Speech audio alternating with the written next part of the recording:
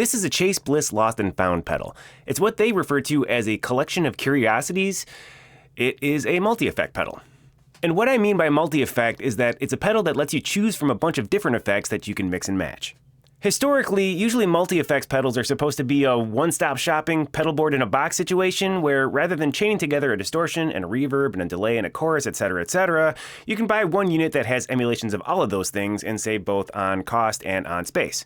Lost and Found is kind of that, and it kind of isn't. It has 12 different FX algorithms on it, and some of them are bread and butter algorithms like there's a delay and a chorus, and they're pretty normal. Most of the algorithms on it are not that, though. Instead, it's got a lot of weird stuff that is not all that common. The point of it seems not to be a pedal that is a jack-of-all-trades, master-of-none situation so much as it's a chemistry set. You combine two chemicals and see what happens. The pedal has two positions, a left side and a right side, and each of those contain any of the 12 algorithms.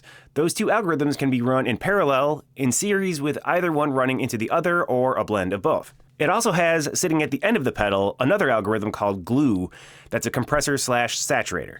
So this pedal makes available 12 times 12 FX combinations.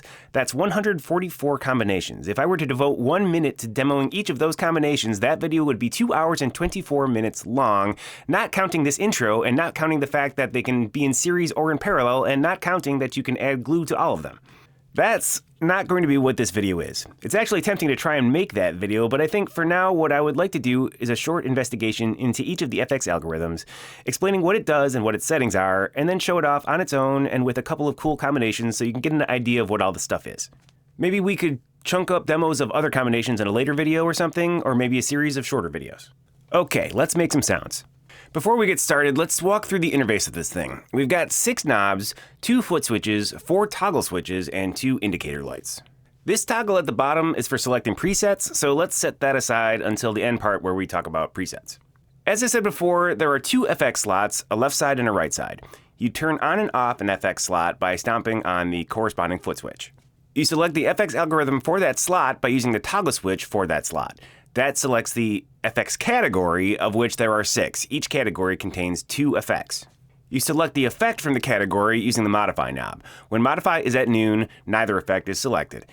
Left of noon, the first effect is selected. Right of noon, the second effect is selected. Each effect has 4 controls: modify, time, alt, and EQ. Modify is the same knob you use to select the effect from the category. The further from noon you are, the higher the modify value for that effect. What modify does varies from effect to effect. We'll discuss each of those in turn. Time is this upper knob.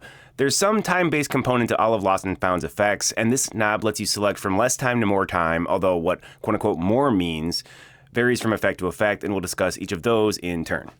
Alt is a secondary control, and you access it by holding down both foot switches and turning the upper knob for that FX slot. What Alt does varies from effect to effect, and we'll discuss each of those in turn. And lastly, by holding both switches and turning the bottom knob, you control the EQ. EQ is a non-resonant filter which filters out high frequencies as you go left of noon and low frequencies if you go right of noon. This is very similar to the EQ on the Chase Bliss Clean pedal, except of course, A, that is an analog filter and this is a digital filter, and B, this one doesn't have an LFO on it that you can turn into a tremolo. But I digress. You may be saying to yourself at this point, I thought you said you could put any of the 12 algorithms on either slot. This toggle has 3 positions, so 3 categories per side. Good observation.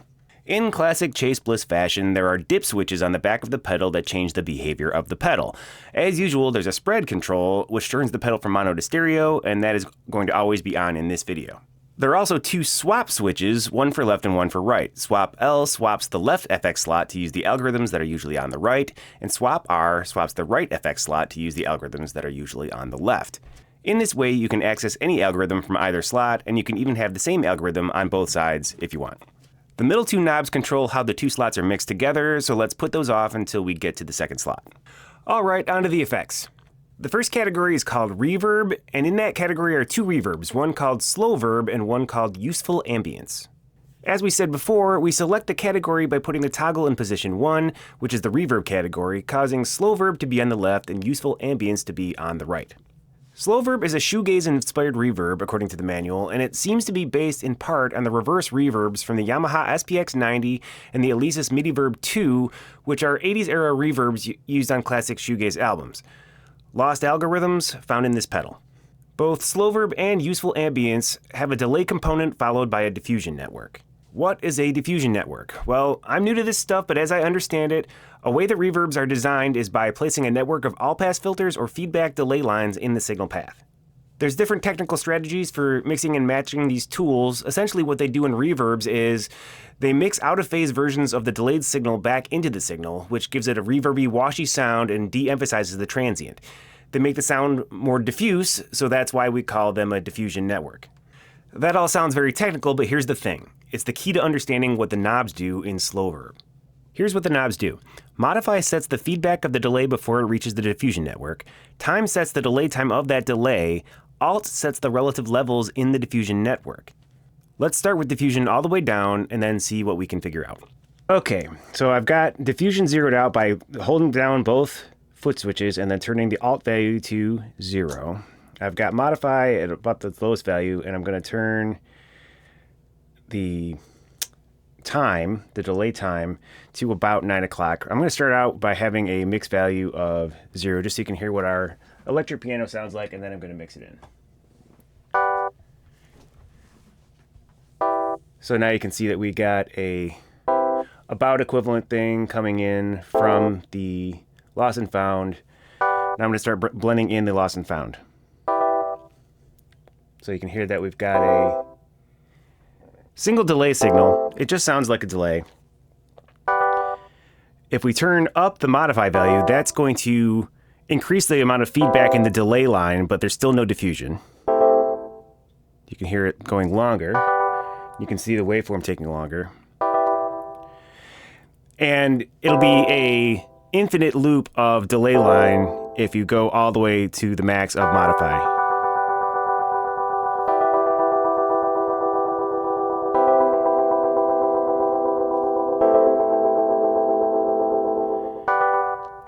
And once again, this is the amount of time for the delay line that's not in the diffusion network. So I can turn it down.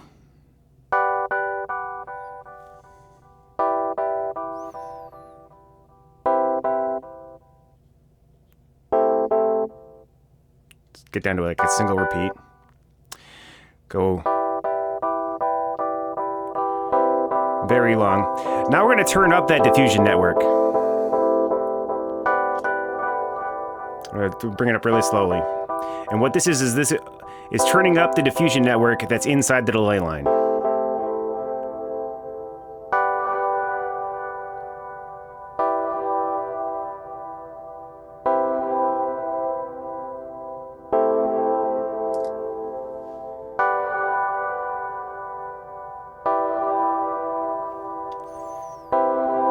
So you can hear that that diffusion network turns up the gain of the echo, and then it becomes quite loud.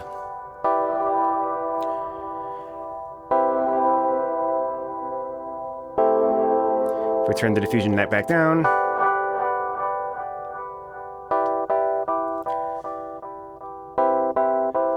so something that is distinctive about Slow-verb is that that second delay is louder than the original single, even though note that our mix is turned pretty far down.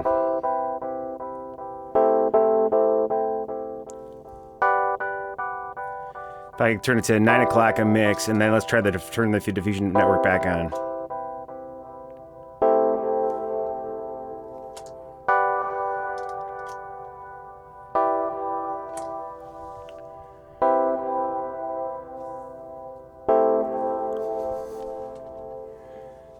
So it seems that what I was imagining from the way that it sounded to me before is actually not exactly right. Look, it sounds like what's happening is that by default, the first delay in the delay line is much louder than the dry signal, and then it hits the diffusion network, and that's what smears the signal out. So you get a louder than dry signal diffused sound because that first delayed signal is louder than the dry signal.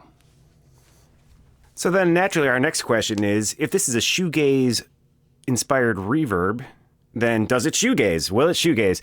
So let's hear my clean guitar signal here. I'm going to turn the diffusion all the way off again. And I was doing some experiments here. Let's get those back to normal.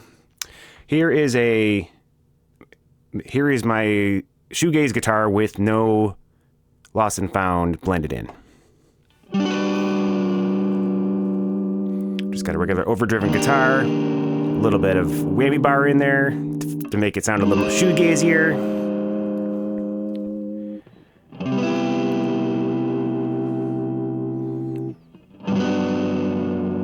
All right, so that's what the guitar sounds like without the signal processing. Now let's turn on Slow-verb.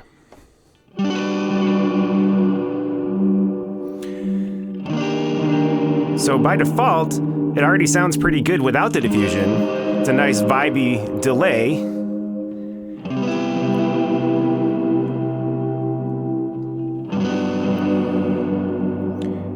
And now let's turn the diffusion up. And you can hear what that diffusion network does for our Slow-verb.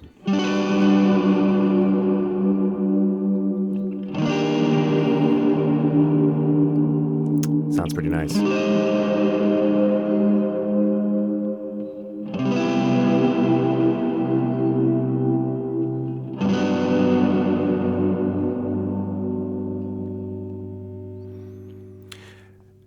Let's hear what that sounds like with a clean guitar. Sounds pretty nice. Let's turn the EQ to remove some mud.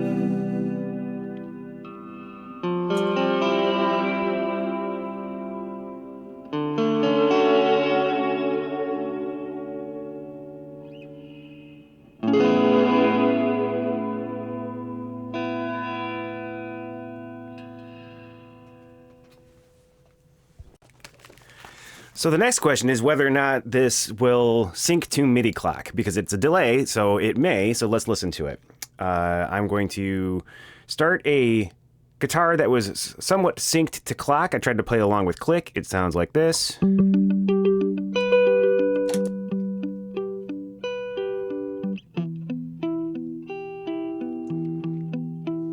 here comes Lost and Found. So as you can hear, syncs up great to MIDI clock, and you can play with the time.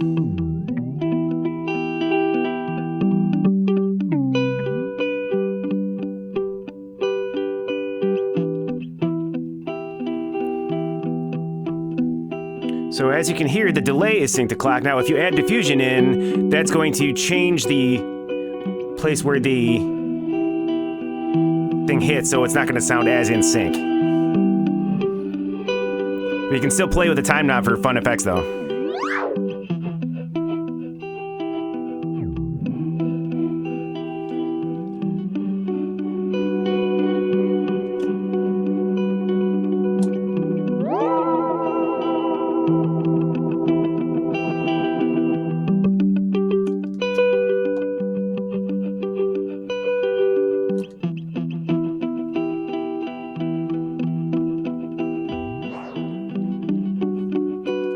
So it's kind of halfway between being diffused or not.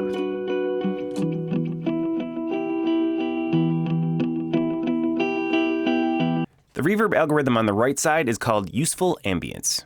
I do not work at Chase Bliss, and I do not have any insider information about how this algorithm was designed, but if it is the case that it's inspired by an existing piece of hardware, I bet I know what it is, and that is the reverb on Chase Bliss's own Mood Mark II pedal. Recall how Slow-verb is a loud delay signal that you can smear around using the diffusion network? Mood 2's reverb works similarly, but instead of a big delay that gets smeared, it's a multi-tap delay. There's a bunch of little delays going at different times, and you use the diffusion network to smear all of them or not. Useful ambience sounds a lot like Mood's reverb, but the controls are the same as the controls for Slow-verb. Modify controls the feedback amount in the delay loop, time selects the duration of the delay loop, and Alt sets the strength of the diffusion network inside the delay loop. All right, so let's take a look at what we can see if I've got my reverb selected here. That's the first category, and I'm on the right side of modify, which means that I've selected useful ambience. And let's get the diffusion network turned all the way down. I've got, let's go to 9 o'clock and 3 o'clock. So reverb all the way down. Let's hear some dry drums.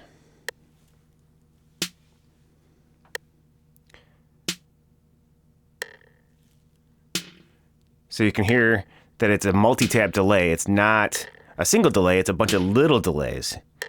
Even if I turn it up a bit, it's a series of delays in stereo. Now let's see what happens when I turn up diffusion.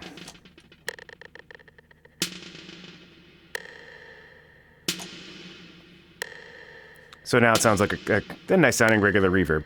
One thing that's really nice about this one is that if you turn the size all the way down, it's a pretty nice room reverb.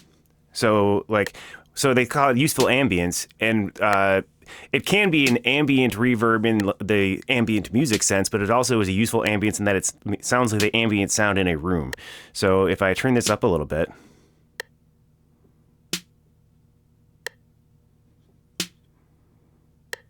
see how that sounds like a naturalistic room? Let's turn this off and you can listen to my electric guitar, clean electric guitar. Sounds very dead. No room sound to it. Now it sounds like it's recorded in a nice stereo room with like 2 overhead mics or something.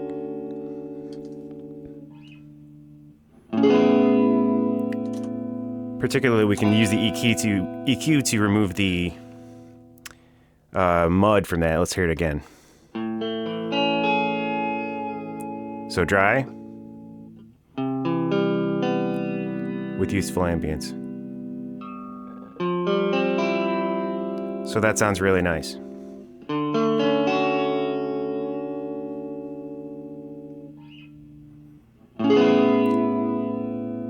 But it can, of course, be a big reverb.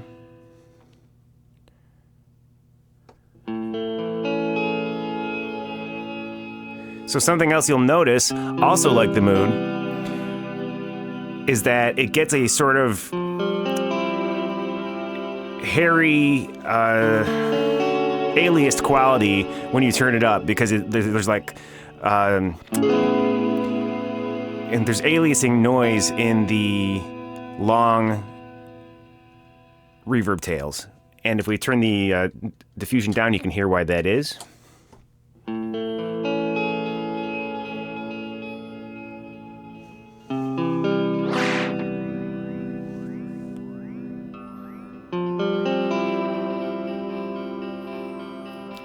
It is very much like the Chase Bliss mood pedal in that at very long delay times, it will get a alias quality to it. Some like basically a low quality clock, which is a nice lo-fi sound, which it can sound really nice on both guitars and on synths. Let's hear what it sounds like if I turn the feedback all the way up, and I'm going to turn the size all the way down, diffusion all the way down, and then let's get the modify turned all the way up so the feedback loop is maxed out. Turn the QE back to the middle.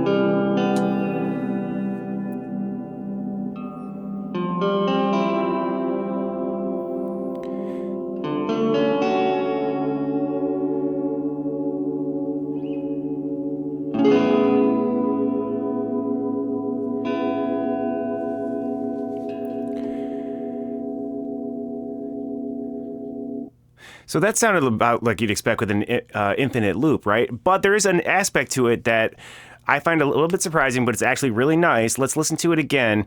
Note what happens when you listen to a new chord. I'm going to use the shoegaze chord instead.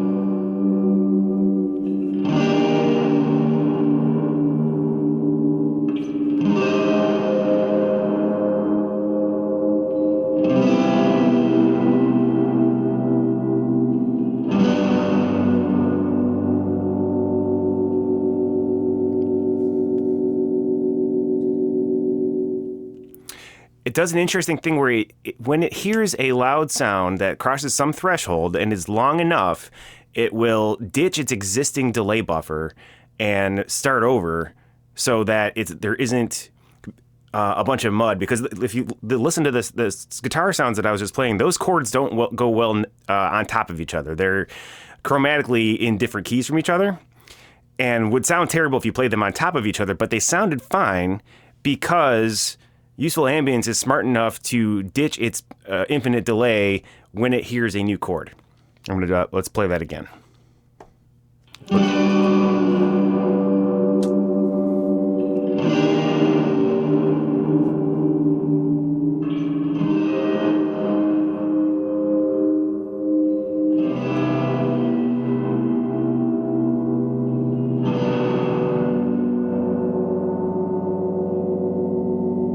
So note that it's going forever now, but it does not have the old chords in it.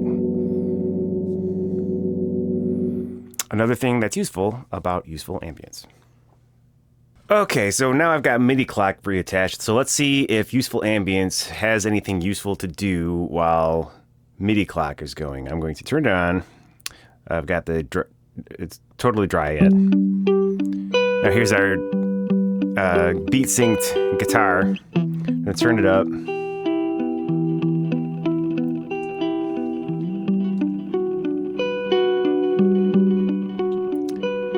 So even this is diffusion turned all the way down.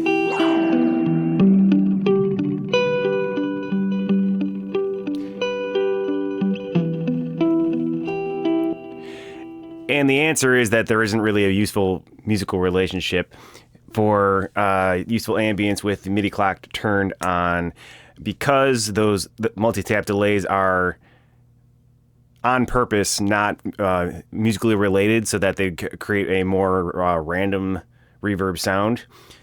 So, thus, the delays are not mathematically related in such a way that they can be beat synced. So that's it's not as good for beat syncing as Slow-verb is. Another thing that I did notice to watch out for is that if you do have MIDI clock attached to it, it's not as short. You can't get as short a reverb. You can't get that really nice ambient reverb from a room, because the shortest delay is much longer when you're getting MIDI clock. So watch out for that. Okay, on to the second category, which is called pitch. The algorithm on the left is called Orchestral Swell. The algorithm on the right is called Pitch Repeater. Orchestral Swell seems to have been based off the synth patches in the XP300 Space Station pedal, which is a 90s era pedal made by Digitech. It seems to be a delay feedback loop, much like the reverb algorithms, but instead of a diffusion network, the delayed signals go through a pitch shifter.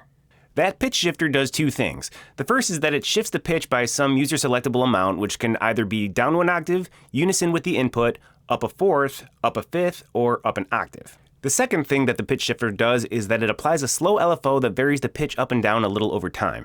This creates a chorus effect when the delayed pitch-modified signals are blended with the input and with each other.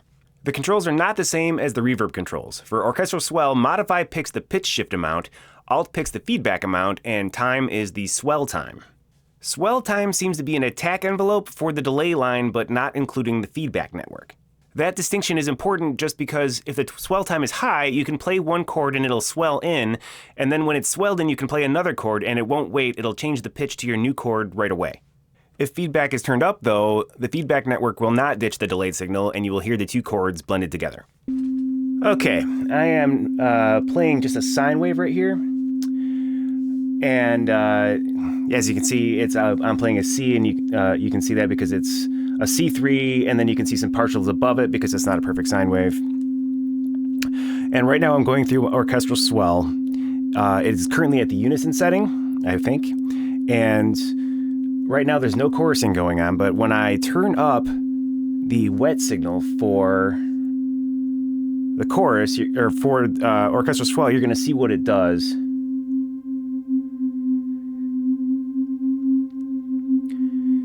So you can see all those partials above the fundamental wavering back and forth. It's got sort of a slow LFO that's pushing the pitch up and down, and then that's being blended in with the original signal, so that causes like sort of a chorusy phasey situation to happen. And that is what that chorusing network does to the signal.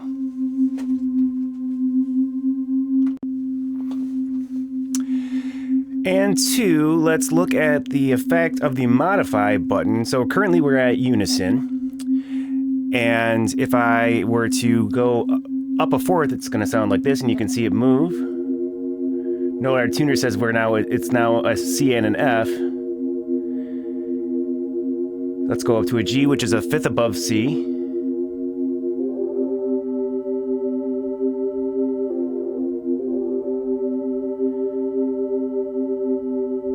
Which it's thinking that the G is a partial above C, so that's why the tuner says it's C again. And then if you were to go all the way up, now this is an octave up, sounds like a shimmer reverb. And it looks like sort of a simplified set of partials again. If we go back down, this is the unison, so remember this is our original sound. Here's our chorus sound via Orchestral Swell, and we can also go down by one octave by going to our lowest modify value. And you can see that it now creates a C3 is our unpitch shifted signal, but now we have a strong C2 as well. And actually even a little bit of a C1 down there, because I think that it's not just one iteration of the pitch shift. I think that it also, like, it pitch shifts again. So if you're listening to the fourth, for example, it's not just a C and an F. I think there's like a B flat hiding in there too. I think that it also goes up again in addition to a fourth or a fifth. So this is like a fifth and a ninth. And this is multiple octaves. All right, so let's hear Orchestral Swell with some actual music. First of all, let's do a little shoegazing.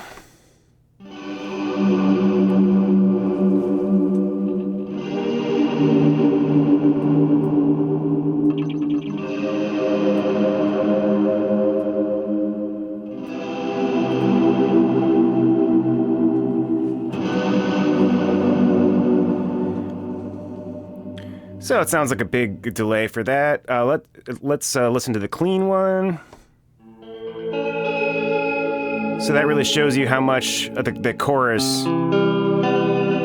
is doing here.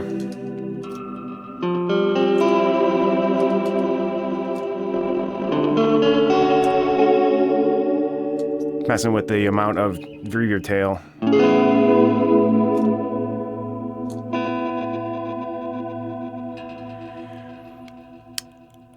But I think listening, so here's an electric piano, and here's how it sounds without any effect.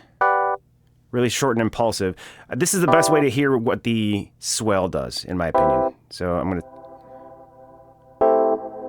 so right now, swell is all the way down.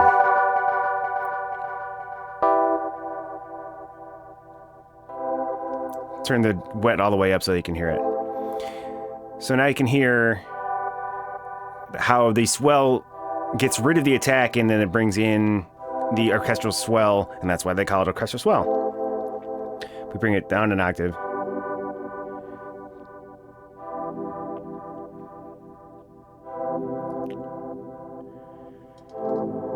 And then we can hear what the feedback really does.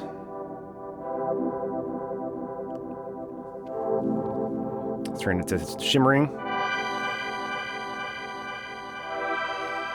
This is just my taste. I really prefer the unison and the down octave more than the up octave.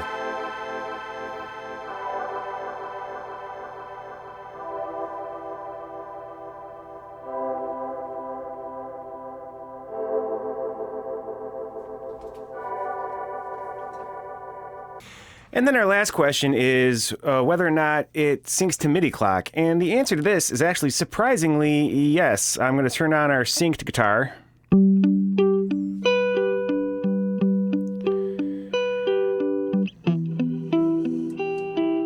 Let's turn the feedback all the way down. And the swell time all the way down.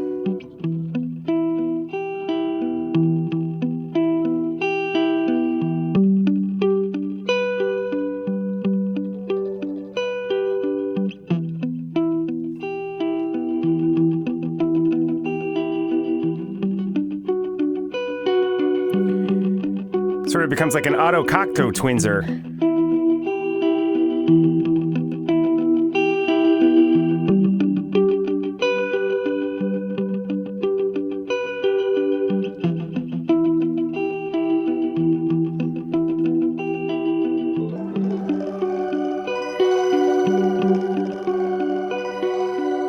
The right algorithm in the pitch category is called pitch repeater, and it is what you get when the slip algorithm from the wet side of a mood meets the multi-tap delay from a stereo memory man with Hazarai, and they fall in love and start a family. For the demos on this one, I'm just going to leave MIDI clock on the whole time. Once you hear it, you will understand why. What it does is, it is a delay with a single repeat which you can pitch shift. This is the part that's like Mood's slip algorithm. You alter the pitch with modify, and you alter the delay time with the time knob. If MIDI clock is present, then the time knob selects a multiple of the MIDI clock speed. Noon is at a beat, left is subdivisions of a beat, and right is multiples of a beat. The stereo memory man with Hazarai part of the DNA comes when you start messing with the alt value. Alt divides the delay into multiple taps. This ends up sounding a whole lot like the delay on an early aughts Electribe, which is incredibly rad, especially because it does what an Electribe did when you move the time knob. Now, Lost and Found doesn't have motion sequencing like those old Electribes had, but it does have both ramping and MIDI/expression control. Those ideas are out of scope for this video, which is already going to be epically long, but they are worthy avenues for exploration. Okay, so what we're hearing here is our synced guitar part with a drum machine. This is what I'm going to be pushing through the pitch repeater, but I want you to hear what it sounded like dry. Let's stop the drum machine for now.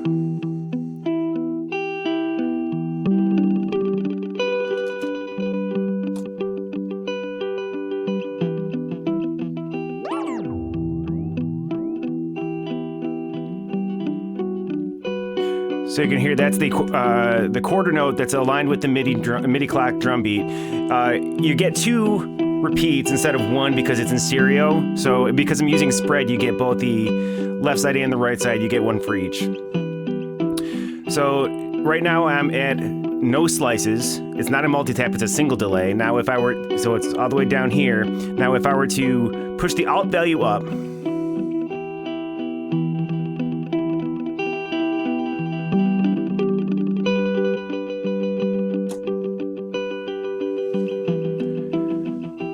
so you can hear how that's cut up like that.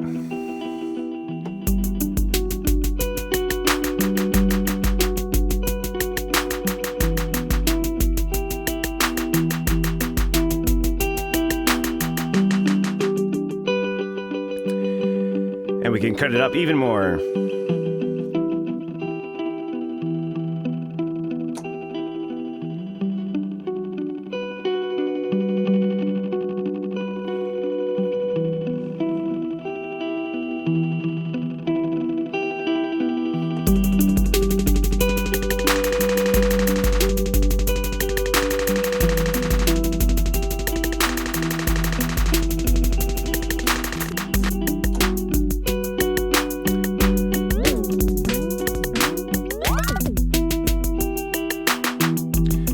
So now we've got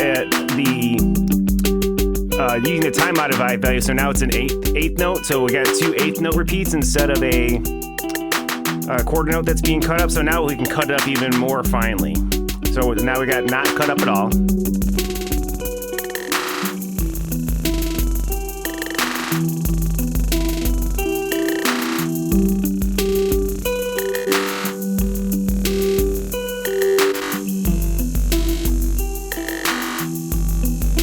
Put up the EQ a little bit.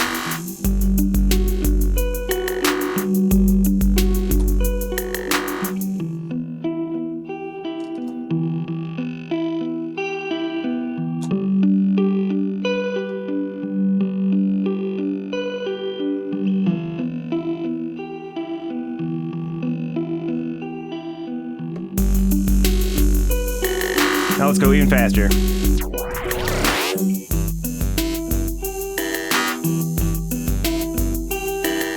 So this is that Electribe thing that I was talking about. This is what the Electribe sounded like when you were when you had the delay cranked all the way up. And like I said, you can play with the time value and get Electribe-like sequences.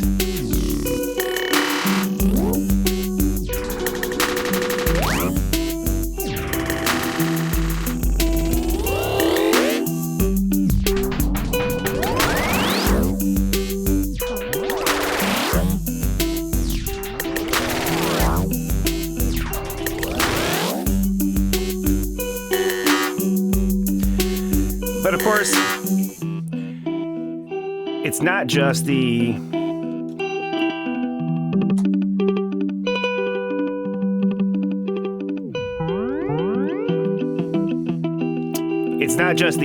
cutting up of the delay repeats. You also have the pitch shifting capability.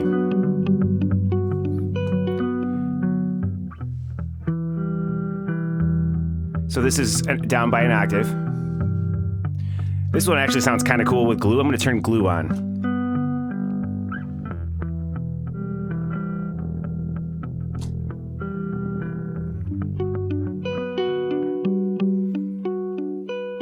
We're going to turn the drum back on here in a second.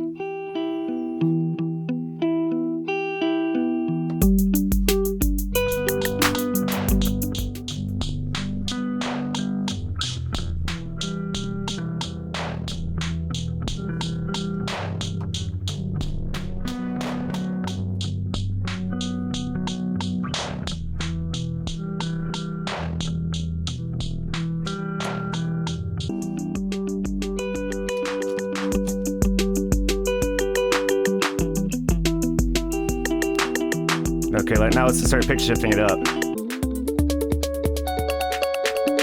Let's blend the original signal back in.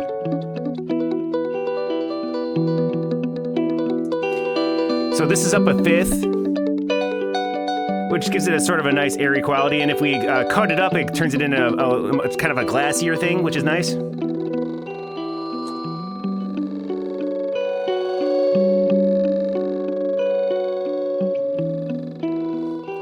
What does blend do to that, or glue do to that?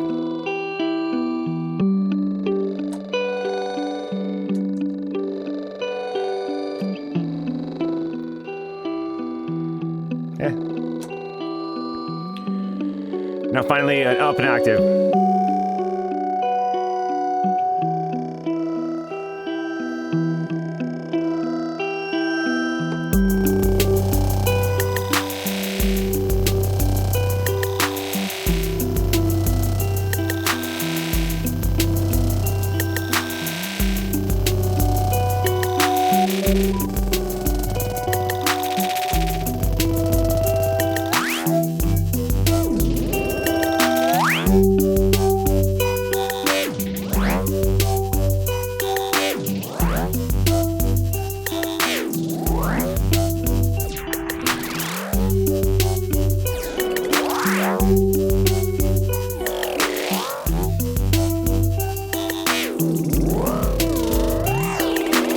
The third category is called warp, with the left algorithm called pinging phaser and the right algorithm called spectral modulator. Pinging phaser is a phaser that can have anywhere between 2 and 64 poles. Now, what do we mean by poles? The way a phaser works is via an all-pass filter. Usually when we talk about filters, we talk about them in terms of what is not removed. A low-pass filter removes things that are not low. A high-pass filter removes things that are not high. An all-pass filter is a special case in that it doesn't remove any frequencies, so the frequencies that aren't removed is all of them. Crucially though, in a phaser, the phase of the signal is altered by the all-pass filter so that it starts at 0 degrees and reaches 90 degrees out of phase at some point in the frequency spectrum. Now, if you've ever done a null test for a sound, you'll know this trivia fact about audio signals. If you invert an audio signal and combine the inverted signal with the original signal, the two signals will cancel each other out, resulting in silence. An inverted signal is synonymous with a signal whose phase has been inverted by 180 degrees. So a phaser works by passing an audio signal through an all-pass filter and then combining that all-pass signal back with the original signal. The result is that the frequencies that are in phase with the original signal will be amplified and the frequencies that are out of phase are attenuated. Each one of those all-pass copies is what we're referring to as a pole.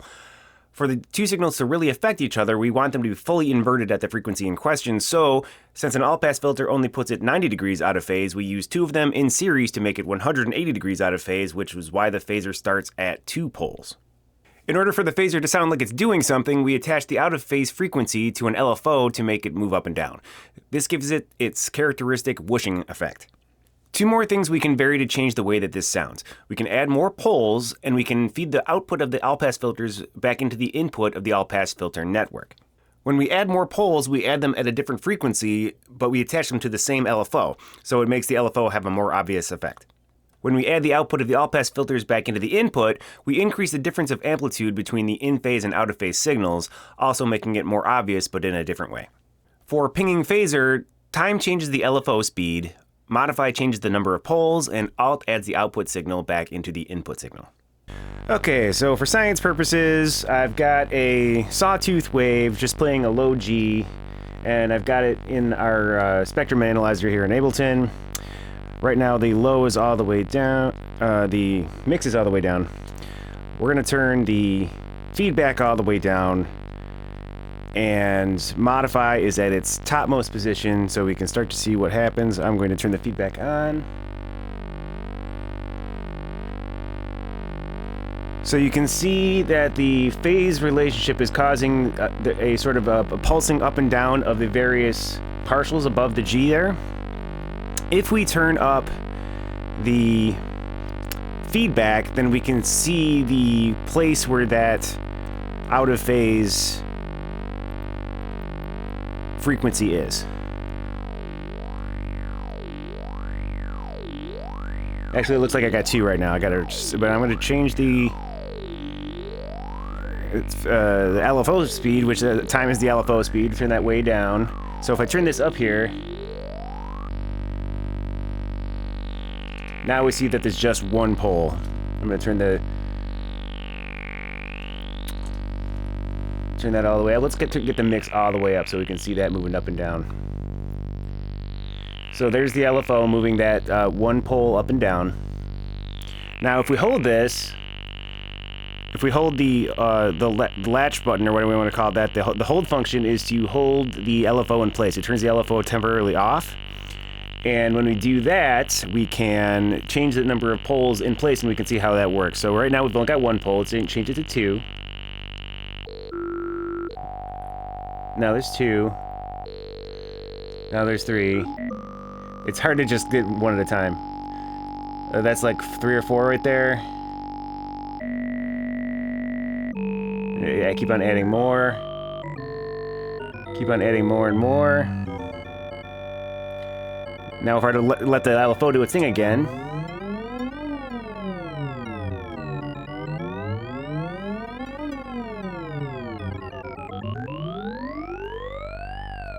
So that's just like 4 poles right now, or 5 poles.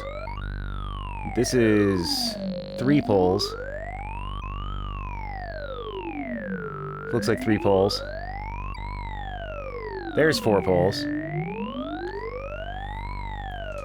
So now if we were to turn the resonance off on that, what does that sound like? Turn the feedback back off. Doesn't sound like much. You really have to have some feedback in the system in order for it to make much of a sound.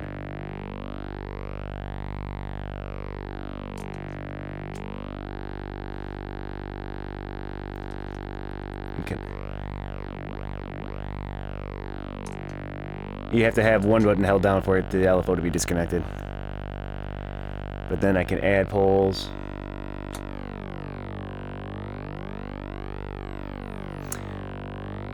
Let's turn that. So for it to have the rate be really slow, each of those really tall partials is starting to sound like a bunch of parallel sine waves moving up and down parallel to each other, right? If I turn it all the way up, this is like, I think this is 64 poles. So that's going to be 32 notches. And you can hear how it sounds like basically a bunch of sine waves moving up and down inside the signal. And of course, if I turn the rate up all the way, it's going to sound like complete chaos.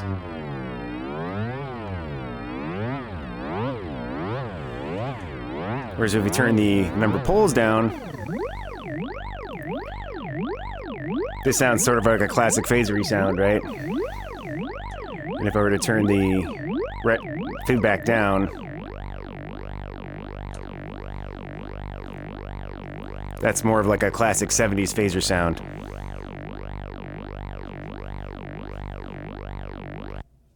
Okay, so the classic place that phaser is used is in lead guitar lines that are like in like 70s style rock, which is definitely not my usual lane, but I can give it a try here. Let's turn the wet level all the way down. You can hear what it sounds like.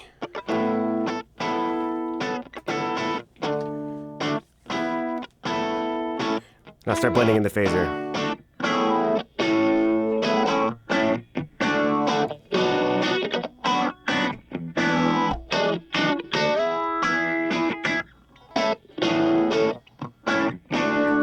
Or with a leadier lead. Dry.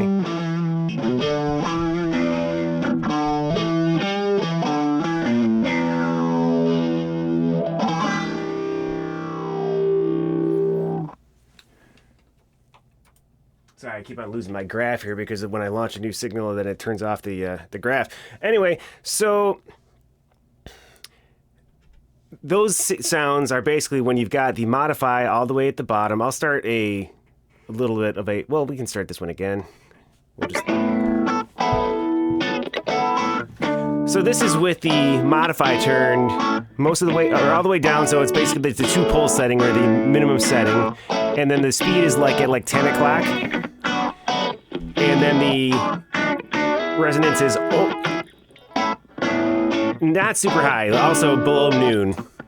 So these are all like mid to medium settings on everything, gets you this classic 70s sound here.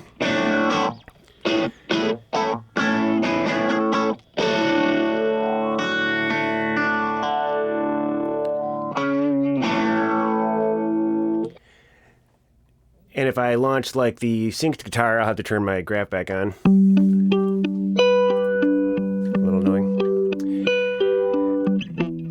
Again, this is sort of a classic sort of 70s clean sound. Totally dry. Add in the phaser. Now I found with clean sounds you can turn up one of the settings all the way. So let's turn the speed, we'll turn the feedback most of the way down. We'll turn the poles are already all the way down, and then we can turn the speed up.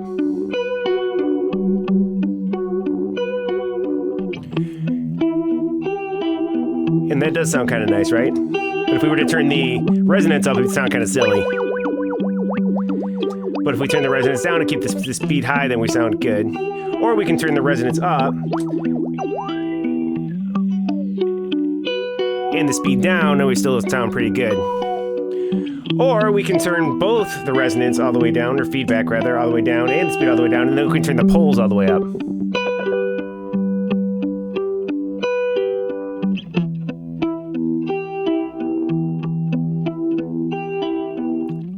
So this is dry.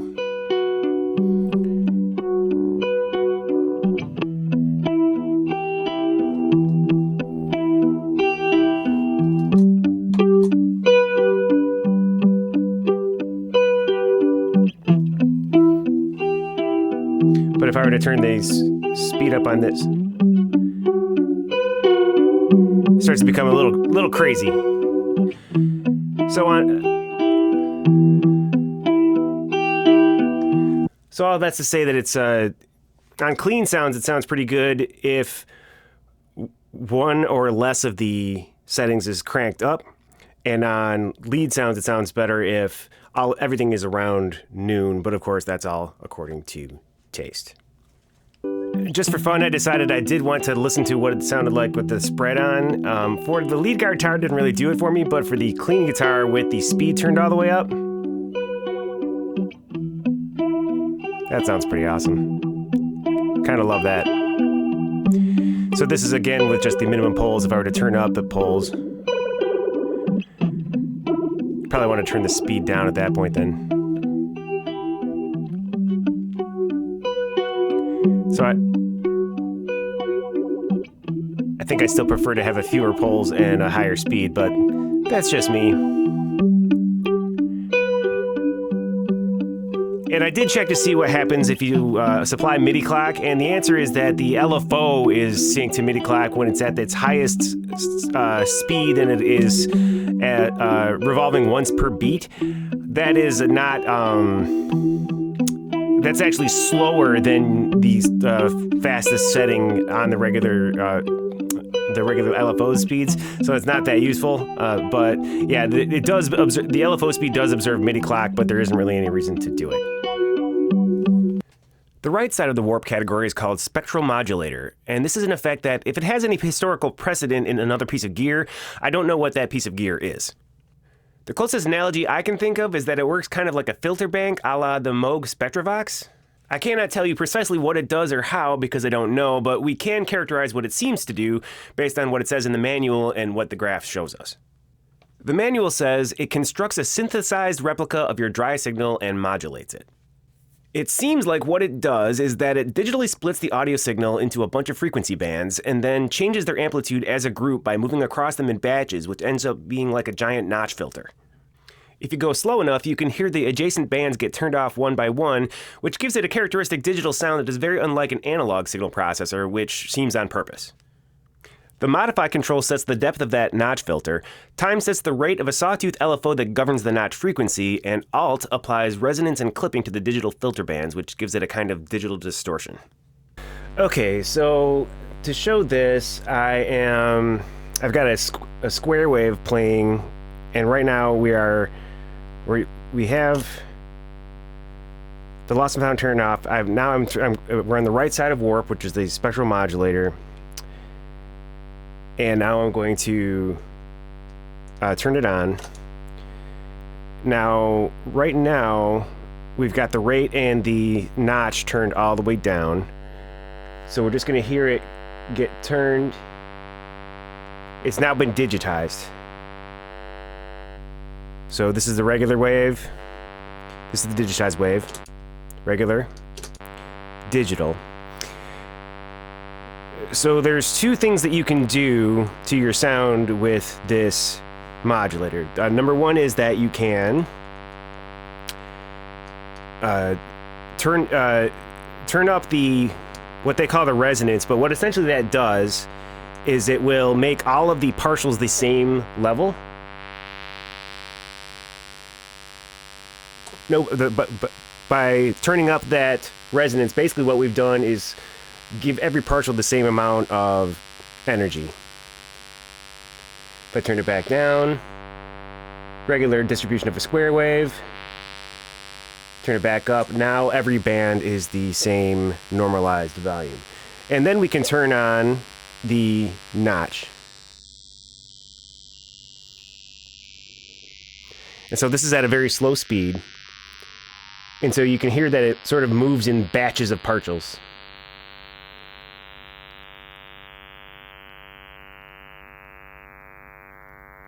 And of course you can speed it up by doing that.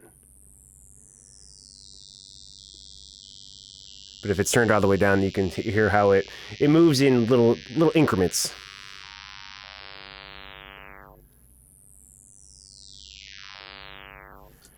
And as you turn the resonance down,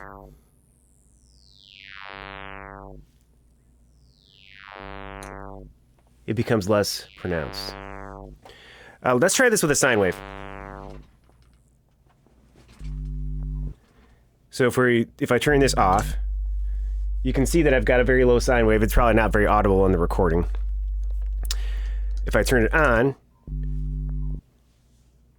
you get, well, I've got things turned all the way on here.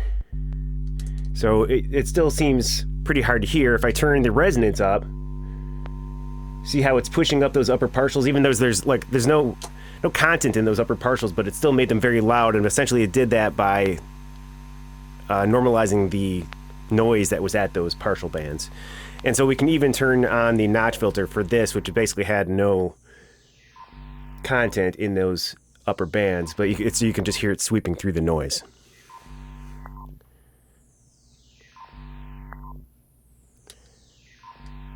And this is how fast it can go. This is a saw wave.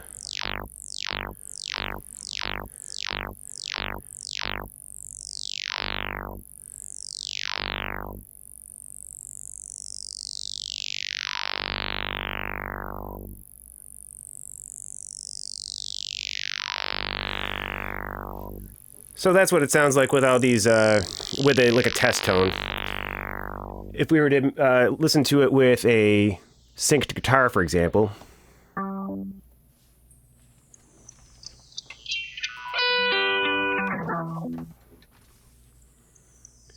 You hear it creep past the part of the spectrum where there's actually any guitar signal. I'll turn the resonance down. Now, these are all 100% wet. You probably wouldn't do that.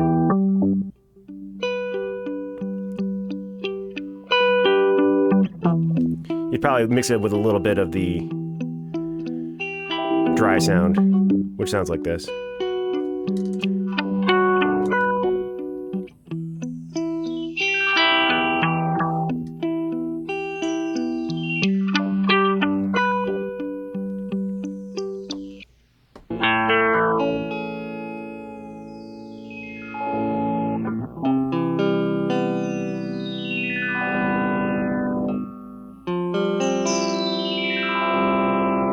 Of course, this is with spread off. You can turn spread on. Maybe.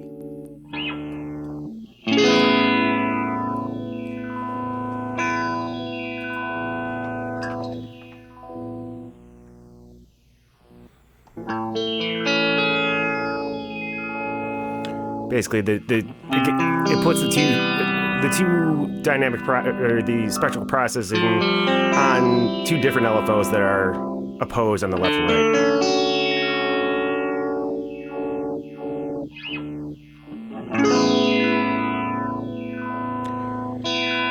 And obviously you'd want to put some sort of like delay or reverb after this to make it sound shinier and nicer. But that's what the spectral modulator sounds like. And so the next question is, does the spectral modulator sync to MIDI clock? And the answer is yes, it does. The LFOs will sync to MIDI clock. Here we have a drum machine sound. And here's the dry sound. Let's mix in some wet.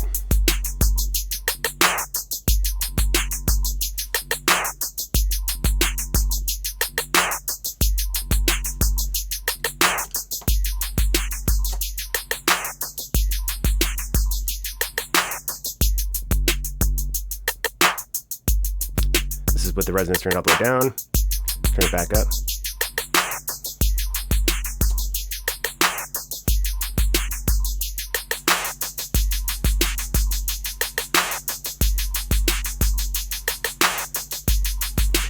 So even with the notch filter turned off, this is doing something pretty wonderful to the drums.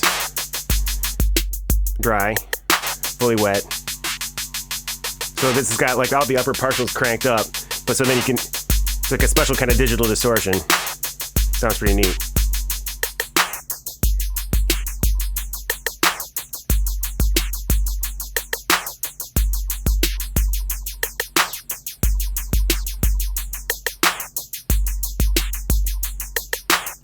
So you can hear how that's in a,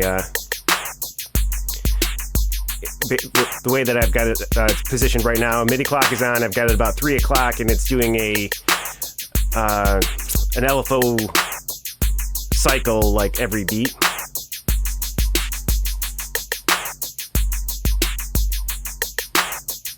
And see what noon is.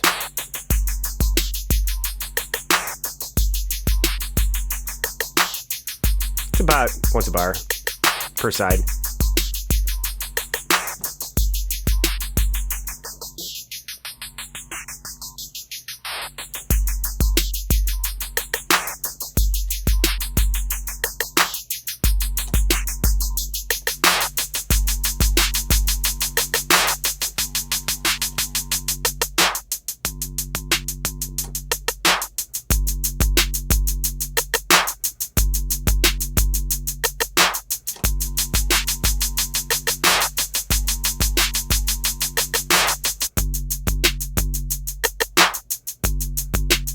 So there's a little bit of latency in there that you can hear if you got the resonance turned all the way down. It doesn't really matter once the resonance is turned up because it's so smashed up that it just becomes sort of like a distorted tail for your original sound.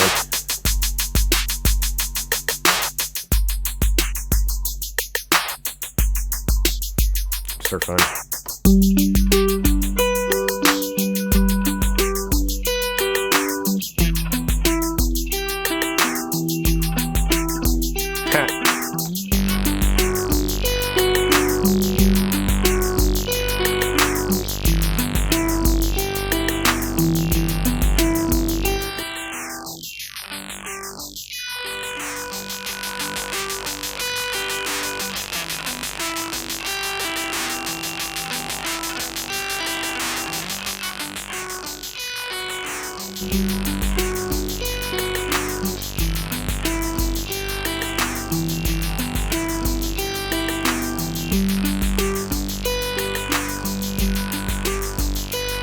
Well, pedal friends, we have reached the 1 hour mark, and I'm only halfway through the pedal.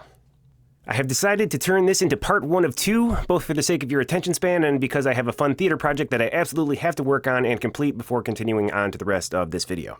Hopefully you found it useful so far. Expect another video about the second set of algorithms at some point in the upcoming weeks. Have a great day.